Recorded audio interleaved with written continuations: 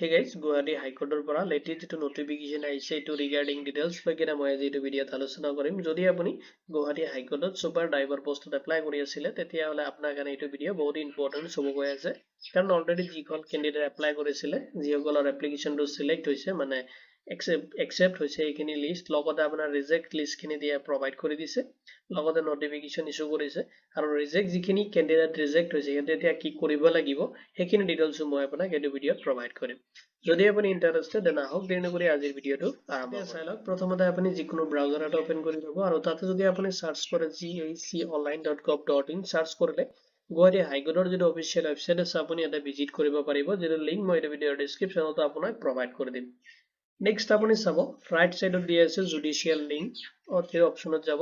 অলপ স্ক্ৰল কৰি দিব আপুনি স্ক্ৰল কৰাৰ পিছত চাব তলত দিয়া আছে যিটো ৰিকুৱাৰমেন্ট অপচনটো দিয়া আছে আপুনি তাতে ক্লিক কৰিব লাগিব।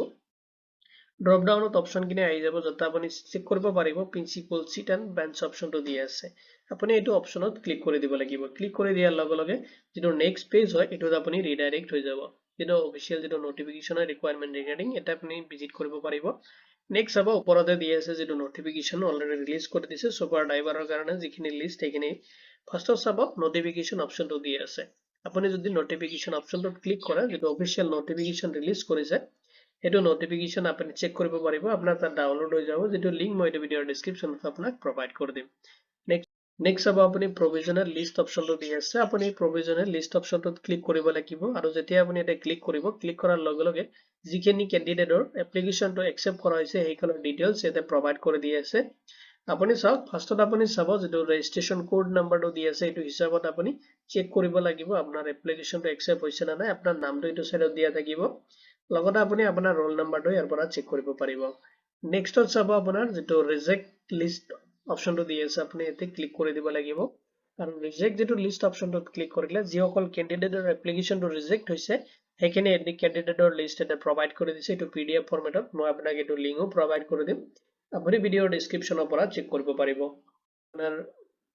ৰেজিষ্ট্ৰেচন কোড খিনি দি আছে লগতে নেম খিনি দি আছে আৰু ৰিজন কি ৰিজনত আপোনাৰ এপ্লিকেশ্যনটো ৰিজেক্ট কৰা হৈছে এইখিনি ৰিজন এটা প্ৰভাইড কৰি দিছে। আপুনি এটা কাম কৰিব লাগিব যদি আপুনি ইন্টাৰেষ্টেড হয় আপুনি গ্ৰিভেন্স সাবমিট কৰিব লাগিব আৰু গ্ৰিভেন্স সাবমিটৰ যেটো লাষ্ট ডেট দি আছে বিফোৰ 9 মাৰ্চ 2026 লৈকে আপুনি গ্ৰিভেন্স সাবমিট কৰিব লাগিব আৰু গ্ৰিভেন্সটো আপুনি কেনেকৈ সাবমিট কৰিব এতিয়া চাই লওক যেটো অফিচিয়েল নোটিফিকেশন দি আছে অফিচিয়েল নোটিফিকেশনত আপুনি চাব গ্ৰিভেন্সৰ অপচনটো দি আছে এইটো ইমেইল আইডি দি আছে ঠিক আছে এইটো মেইল আইডিত আপুনি মেইল কৰি দিব লাগিব গ্ৰিভেন্সটো যদি আপোনাৰ গ্ৰিভেন্সটো সাবমিট কৰোতে কিবা প্ৰবলেম হৈছে আপুনি ভিডিঅ'টোৰ কমেন্ট সেকশনত কমেন্ট কৰি দিব উইদিন 48 আৱাৰ্ছৰ ভিতৰত আপুনি আমাৰ টিমৰ পৰা ৰেসপন্স পাব আৰু কেনেকৈ আপুনি গ্ৰিভেন্সটো সাবমিট কৰিব এইখিনি ডিটেইলছ আপোনাক গাইড কৰি দিয়া হ'ব লগত যদি তথাপি প্ৰবলেম হৈছে এইটো ৰিগাৰ্ডিং মই এটা ভিডিঅ' আপোনাক প্ৰভাইড কৰি দিম।